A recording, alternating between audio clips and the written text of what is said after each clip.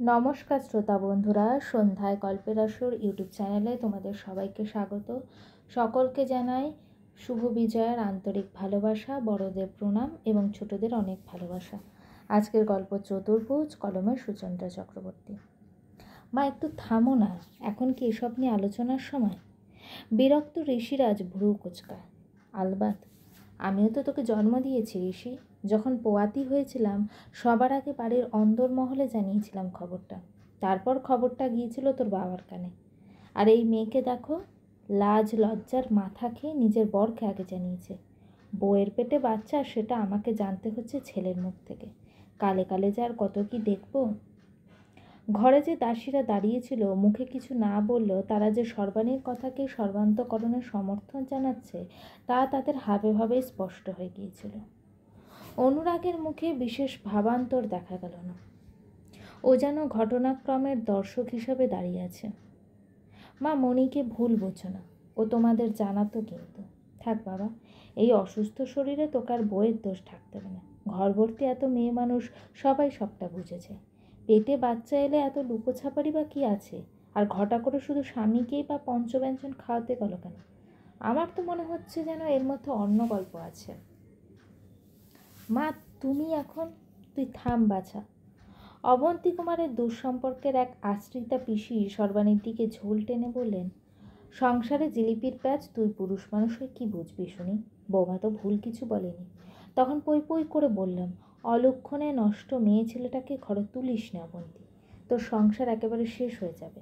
শুনলেই না সে আমার কথা। শুধু কি তাই গো পিসিমা, এ মেয়ের তো শুনেছি বিয়ের আগেও নাগর ছিল। আমাদের সেই পুরনো বদ্যির ছেলে, গুণের কি আর শেষ আছে না? নিঃস্ব ভাগচাষির মেয়ের বিয়ের পরে এহেন ভাগ্য পরিবর্তনকে রাজবাড়ির অনেক দাসদাসীরাই ঈর্ষার নজরে দেখত। অবন্তী কুমারের অনুপস্থিতিতে এবং মৃতপ্রায় পদ্মরাগের দুর্বলতার সুযোগে তারাও গায়ের ঝাল মেটাতে পিছপা হলো না।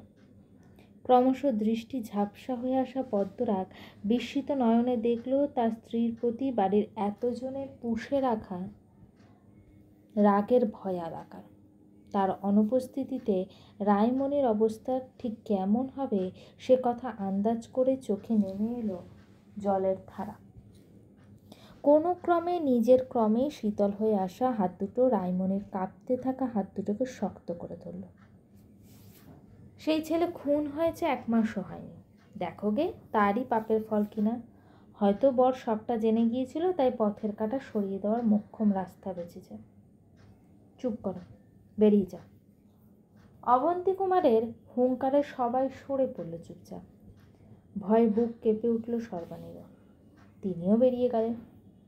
নতুন বৈদ্য নিয়ে ঘরে প্রবেশ করলেন অবন্তী কুমার, কিন্তু ফল কিছুই হলো না।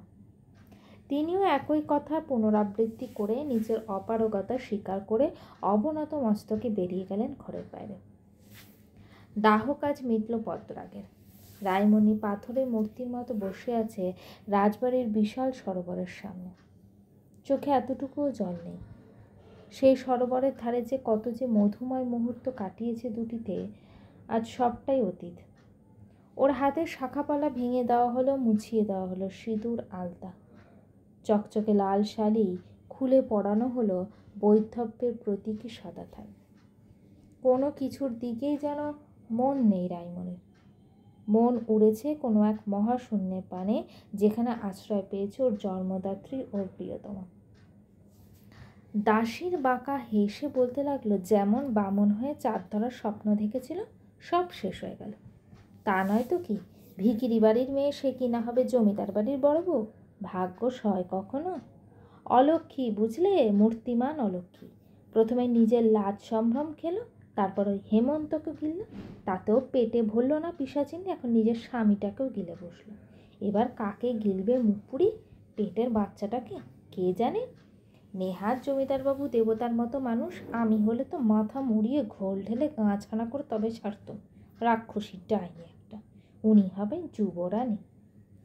হাজারো কুৎসা, অপমান, অপবাদের তীর উড়ে আসতে লাগলো রায়মণির দিকে, কিন্তু ভগ্ন হৃদয়ে নারীকে স্পর্শ করার মতো ধার ছিল না কোনো তীরই। তাই রায়মণি নির্বিকারভাবে বসেছিল শূন্য মনে। অবন্তীনগরে মণিমার নামে এমন নিন্দের ঘুড়ি হয়তো আরও অনেকক্ষণ ধরেই ওড়ানো হতো যদি না অবন্তী কুমার স্বয়ং হাজির না হতেন সরোবরের তীরে। তার হুঙ্কারের ছত্রভঙ্গ হয়ে গেল মহিলা মহলের ভিড়। অবন্তী কুমারের পিছনেই জড়সড় হয়ে দাঁড়িয়েছিল রায়মণির বাবা জগন্নাথ।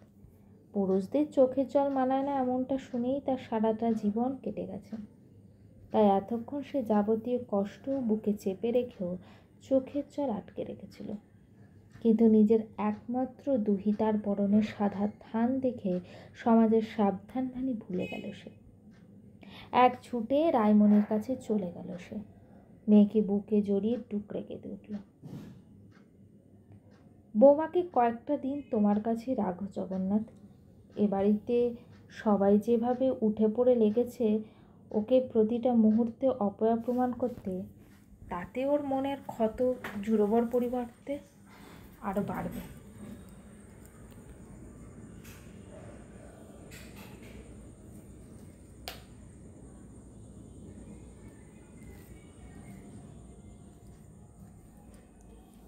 অন্দরমহলের বিষয় বুঝতেই পারছো।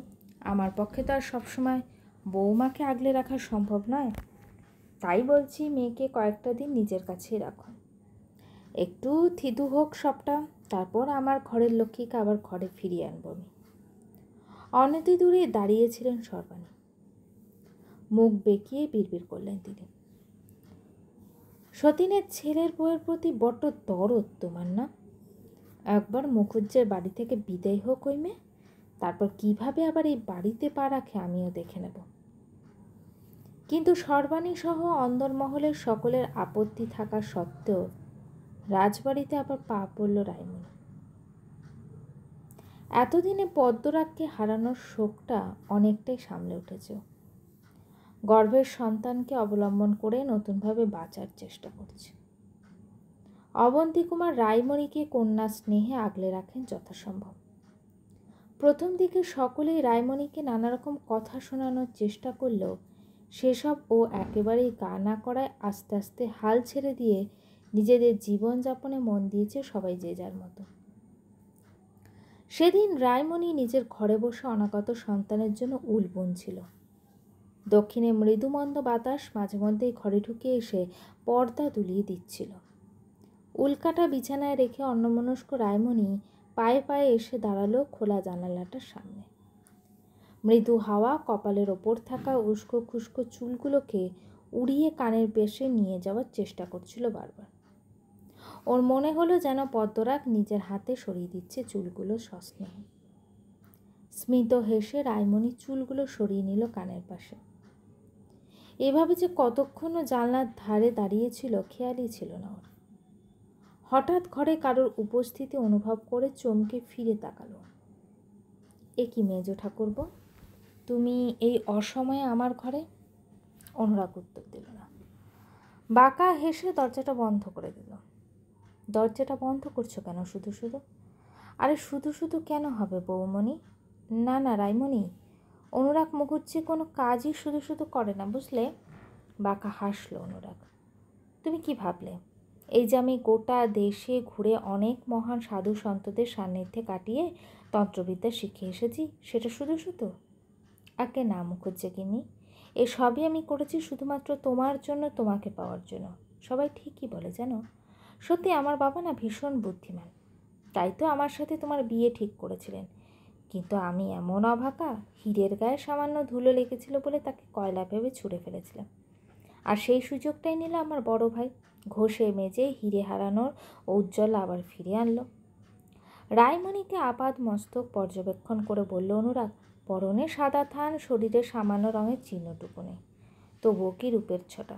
যাই বলো, পদ্মরাগ খুব ভাগ্যবান ছিল বলতে হবে। মেজ ঠাকুরপো, তুমি এতটুকু শোধরাওনি।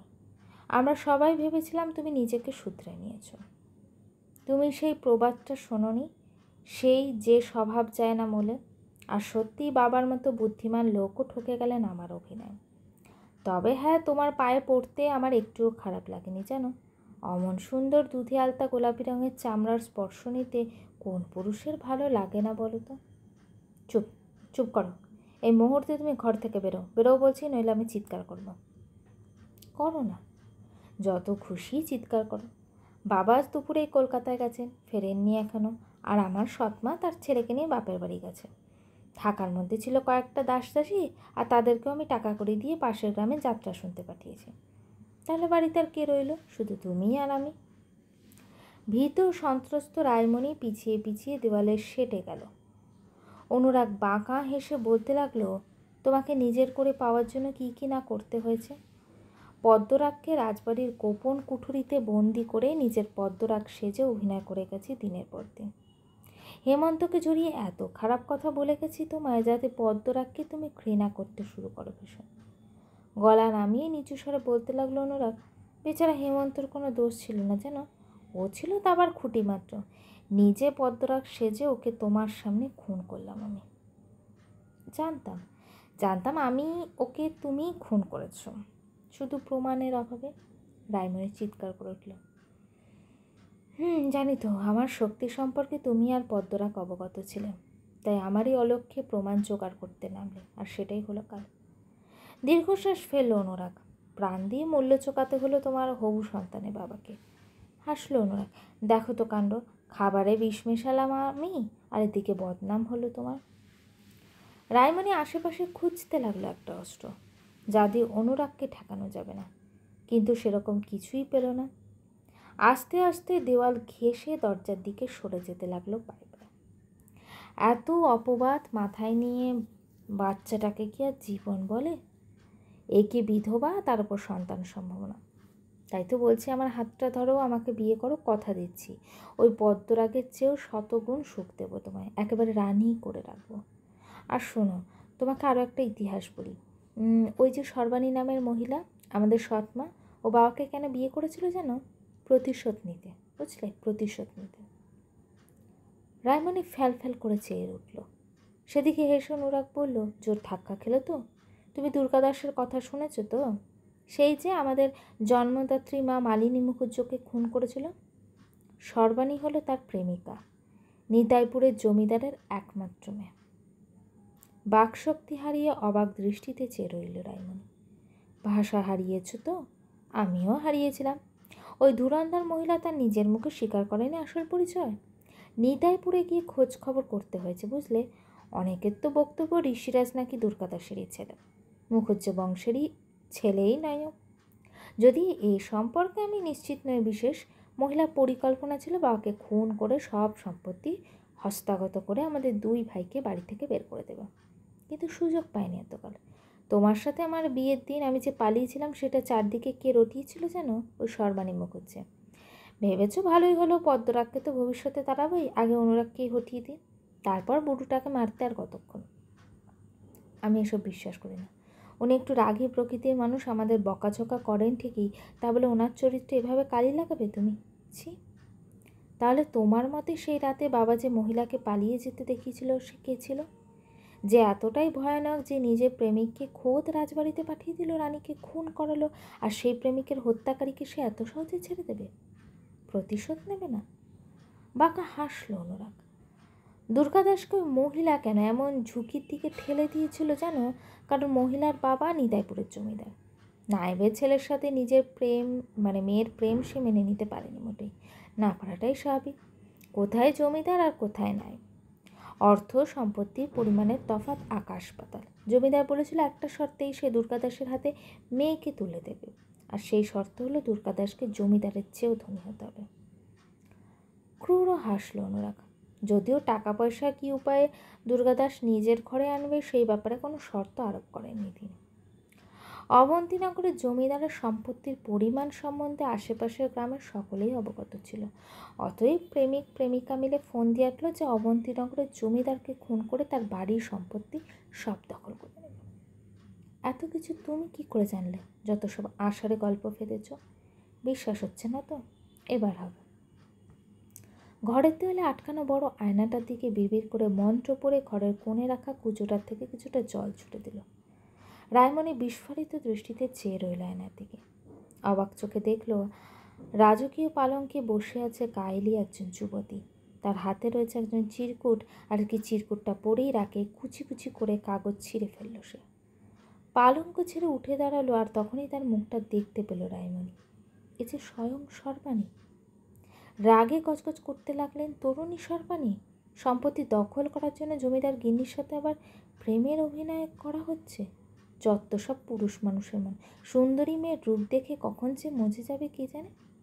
এরপরে আয়নায় ফুটে উঠল অন্য এক দৃশ্য, যেখানে দেখা গেল দুর্গাদাস নিজের গলার গামছাটা পেঁচিয়ে শেষ করেছে নিজেকে। দুর্গাদাস মাটিতে লুটিয়ে পড়তে একজন যুবতী কাঁদতে কাঁদতে দৌড়ে বেরিয়ে গেল। এবারেও রায়মণি স্পষ্ট দেখল যুবতীর মুখ। এ যে সর্বাণী। গল্পটি কেমন লাগলো অবশ্যই আমাকে কমেন্ট করে জানিও। আর আমার চ্যানেলের গল্পগুলো যদি তোমাদের ভালো লেগে থাকে চ্যানেলটিকে সাবস্ক্রাইব করে পাশে থাকো।